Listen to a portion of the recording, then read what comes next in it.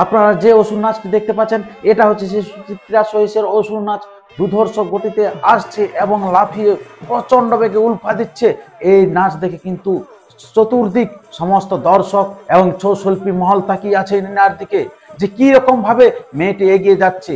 এই মাত্র এখন উনার বয়স হচ্ছে 18+, এখন কলেজ পড়ুয়া ছাত্রী। সেই মুহূর্তে পড়াশোনা এবং অন্যদিকে ছৌ একবারে কাঁপিয়ে দিচ্ছে। যেখানে যাচ্ছে এমন সুন্দরভাবে তিনি লাফ ঝাঁপ দিয়ে নাচ করছে যে সমস্ত ছৌ মহল বলুন এবং ছৌ জগতের দর্শক বলুন সবাই তাক লাগিয়ে আছে যে মেয়েটি কি করবেন ভবিষ্যতে, যে এরকম দুধর্ষ গতিতে নাচ করছে। তো সেই আপনারা নাচ দেখতে থাকুন, আমি ভিডিওটি লম্বা না করে। আর এরকম নিত্য নতুন যদি ভিডিও দেখতে চান তো চ্যানেলকে সাবস্ক্রাইব করে থাকুন। আপনারা সেই নাচ দেখুন, সেই আপনার সুচিত্রা সহিসের যে কি রকম নাচটি নেচে দিয়েছে আপনার এই চলতি মৌসুমে চলতি ছৌ শিল্পী সুচিত্রা সহিস।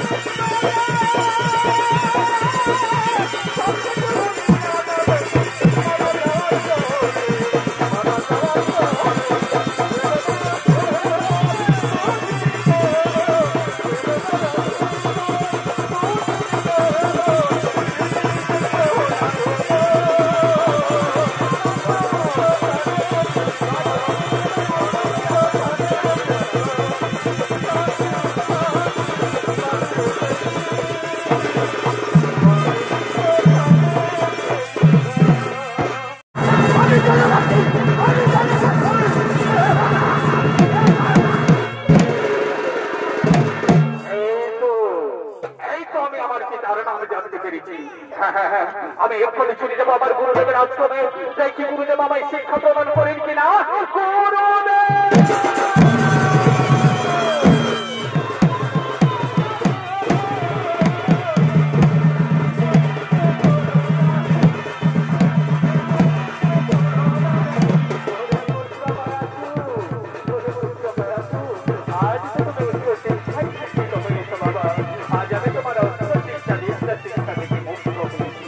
আজ তুমি আমার কাছ থেকে মতামত আশীর্বাদ চেয়ে নাও পুত্র।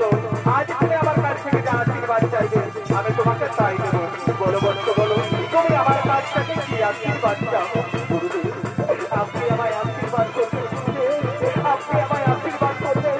তাহলে আমায় এই আশীর্বাদ করুন গুরুদেব, যেমন ভাবে দেবতারা ছল হয়ে আমার পিতাকে হত্যা করেছে, আমি আমার পিতৃ হত্যার প্রতিশোধ দিতে চাই গুরুদেব। আমি আমার পিতৃ হত্যার প্রতিশোধ দিতে চাই।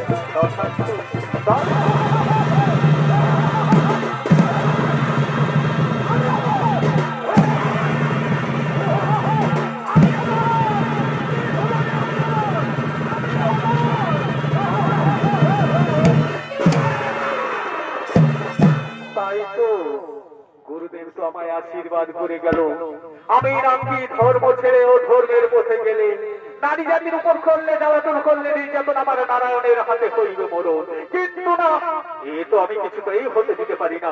আমি ছলে বলে কৌশলে নতুন বা কঠোর তপস্যা করে সেই নারায়ণের কাছ থেকে চেয়ে নেবো অমরত্ব বোধ। দেখি নারায়ণ আমাকে কিভাবে হত্যা করে।